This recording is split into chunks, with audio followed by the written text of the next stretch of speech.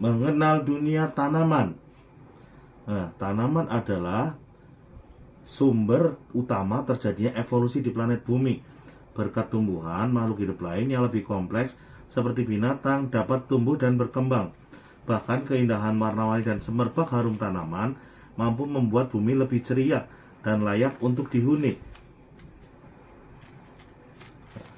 Nenek moyang tumbuhan. Saat bumi masih muda, kurang lebih 350 juta tahun yang lalu, keadaan planet yang kita tinggali itu tidak seindah sekarang.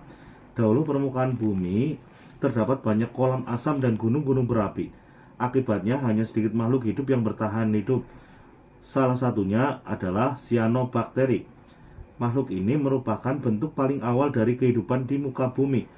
Lewat bakteri inilah seluruh tumbuhan berkembang. Nah, ini contohnya pakis dan lumut, merupakan tanaman pelopor yang telah tumbuh sejak berjuta tahun yang lalu. Jadi dulu awal sebelum ada ini, nah ini contoh-contoh tanaman jutaan tahun yang lalu.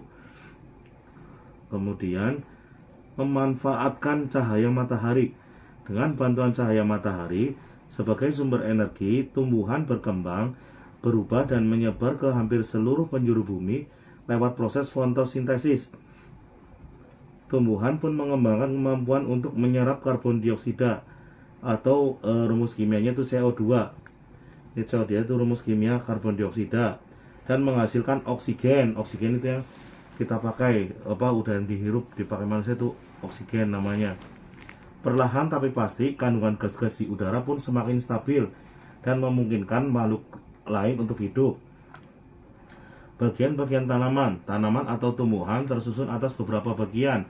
Secara umum, tanaman terdiri dari akar, ini akar ya, batang ini untuk menyerap sari-sari makanan dari dalam tanah. Terus sama daun. Nah, daun ini yang untuk terjadinya proses fotosintesis. Nah, terus bagian-bagian tersebut merupakan organ vegetatif yang berguna untuk mempertahankan hidup. Namun, pada kondisi tertentu dapat difungsikan sebagai alat perbanyakan. Lanjut, bunga. Bunga bagian yang paling menarik perhatian adalah perhiasan bunga. Perhiasan ini memiliki bentuk dan warna bervariasi. Tak jarang perhiasan bunga yang indah disertai aroma yang harum. Fungsi utama perhiasan bunga adalah untuk menarik perhatian serangga atau hewan lain agar mendekati dan membantu proses penyerbukan. Nah, ini yang serbuk sari ini, jadi dia nggak bisa untuk sendiri, harus dibantu sama serangga. Pas serangga ngambil madunya, ini kan kena nih sama serangga, jadi dia terjadi penyerbukan. Nah, berdasarkan kelengkapannya, bunga dibedakan menjadi bunga lengkap dan bunga tidak lengkap. Contoh bunga lengkap yaitu bunga yang memiliki semua bagian bunga, yaitu kelopak dan mahkota bunga, benang sari dan putik. Sedangkan bunga tidak lengkap atau tidak sempurna, salah satu atau beberapa bagian bunganya tidak ada. Misalnya bunga tidak memiliki mahkota atau kelopak, atau bunga yang hanya mempunyai putik atau tanpa benang sari. Nah, itu